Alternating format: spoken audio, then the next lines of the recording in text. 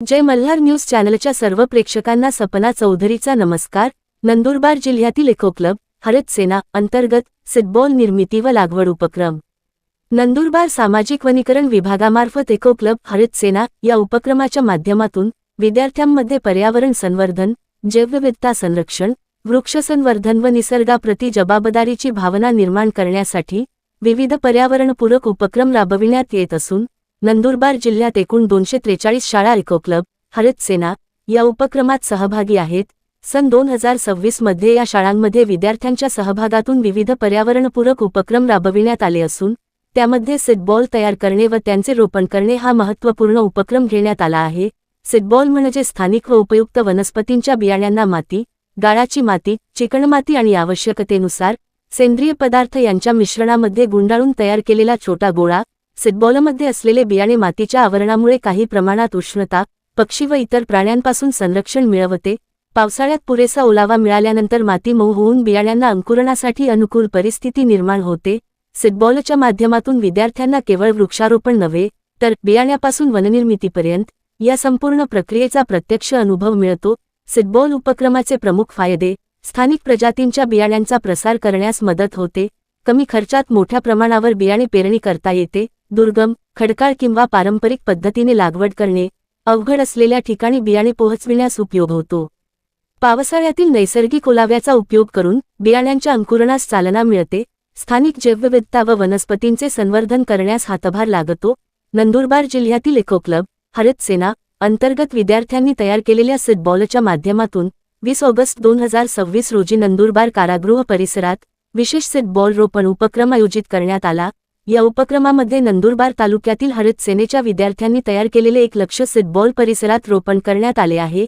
या उपक्रमात नंदुरबार तालुक्यातील सुमारे 1000 विद्यार्थी श्रमदानातून सहभागी झाले होते।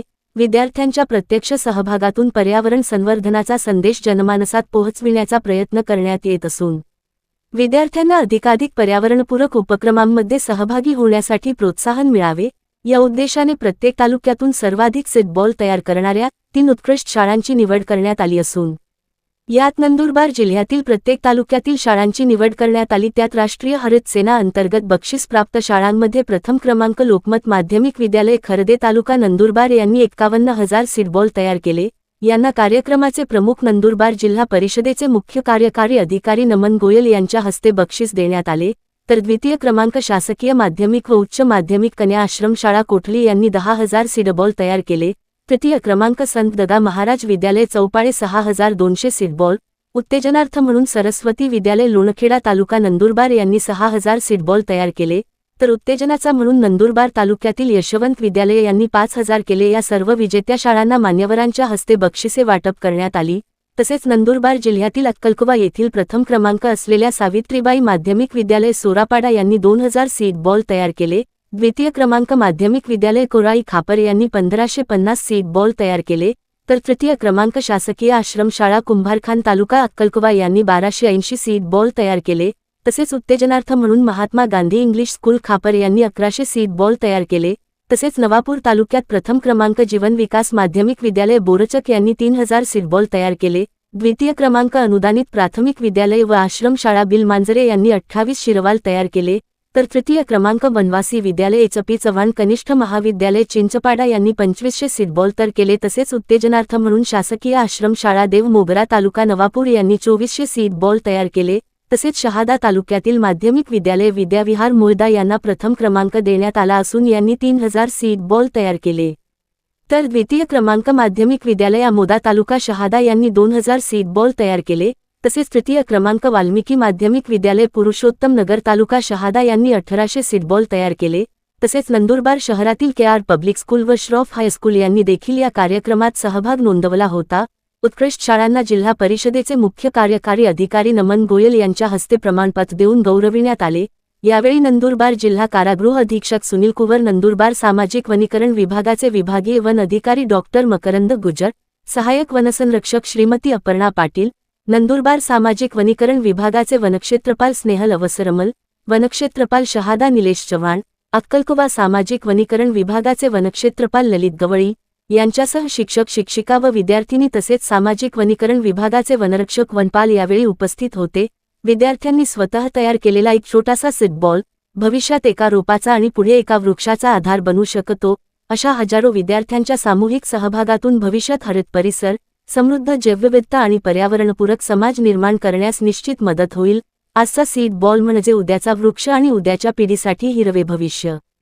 सपना चौधरी, जय मल्हार न्यूज, नंदुरबार। आज नंदुरबार जिल्ह्यात सामाजिक वनीकरण विभागाने जवळपास 240 शाळांपैकी जास्त शाळांमध्ये इको क्लब असून त्या ठिकाणी सीड बॉल्स बनवण्याची प्रक्रिया राबवली होती। त्यातले काही शाळा आहे ज्यांनी 50,000 पर्यंत सुद्धा सीड बॉल बनवलेले। तर आज सगळ्या शाळांची आम्ही मुख्याध्यापक, शिक्षक किंवा मुलांचा सत्कार तर केला, पण हाच जो कार्यक्रम आम्ही राबवतोय याचा उद्देश आहे की आम्ही या ठिकाणी सेंट्रल जेल नंदुरबार या परिसरात आम्ही जवळपास 1 लाख सीड बॉलचे रोपण करणार आहोत।